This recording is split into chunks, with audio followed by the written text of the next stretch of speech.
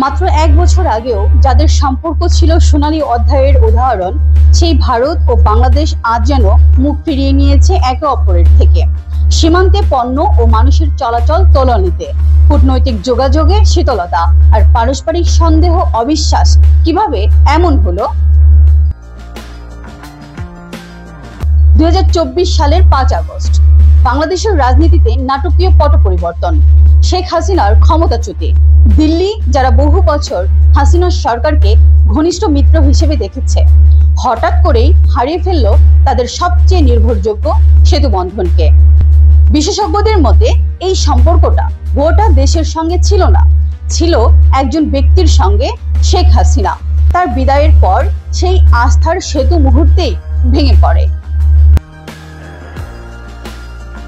গত 1 বছরে সীমান্তের অনেক বন্দর প্রায় নিষ্ক্রিয়, ভারতের ভিসা কার্যক্রম প্রায় বন্ধ, বাণিজ্য সুবিধা একে একে স্থগিত, অবকাঠামো ও জ্বালানি প্রকল্প মুলতবি। শুধু তাই নয়, সাংস্কৃতিক বিনিময়ও থেমে গেছে। চিকিৎসা ও পর্যটন সফর সাধারণ মানুষের নাগালের বাইরে। আর সীমান্তে বিএসএফ ও বিডিআর এর সংঘাত এখন নিয়মিত ঘটনা। ভারতের অস্বস্তির অন্যতম বড় কারণ বাংলাদেশের নতুন সরকারের পাকিস্তানের সাথে ঘনিষ্ঠতা। দিল্লির কাছে পাকিস্তান একটি রেড লাইন, আর এই সীমানা অতিক্রম করায় সম্পর্কের টানাপোড়েন আরো গভীর হয়েছে। দ্বিতীয়ত, পশ্চিমবঙ্গ নির্বাচন সামনে, বিজেপি রাজনৈতিকভাবে হিন্দু সংখ্যালঘু নির্যাতন ইস্যুকে জোর দিচ্ছে। তৃতীয়ত, পারস্পরিক অগ্রাধিকার মিলছে না। ভারতের প্রাধান্য নিরাপত্তা ইস্যুতে, বাংলাদেশের প্রাধান্য নদীর জল বন্টনে, তিস্তা গঙ্গা চুক্তি, কিন্তু এ নিয়ে কোনো অগ্রগতি হয়নি। তবুও সম্পর্ক মেরামতের সম্ভাবনা আছে, কারণ অর্থনীতি। 2026 সালে বাংলাদেশ উন্নয়নশীল দেশের কাতারে উঠছে। তখন ভারতের বাজার, বন্দর ও কার্গো বাংলাদেশের জন্য অপরিহার্য হয়ে উঠবে।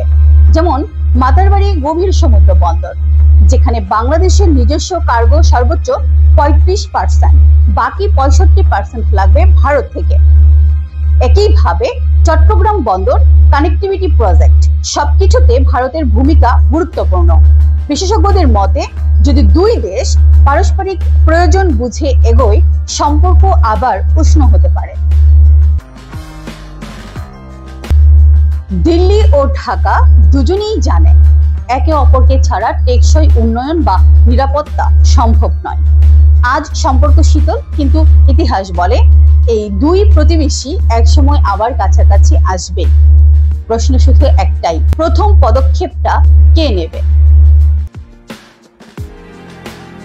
আপনার মতে ভারত বাংলাদেশ সম্পর্ক কতদিনে আবার স্বাভাবিক হবে?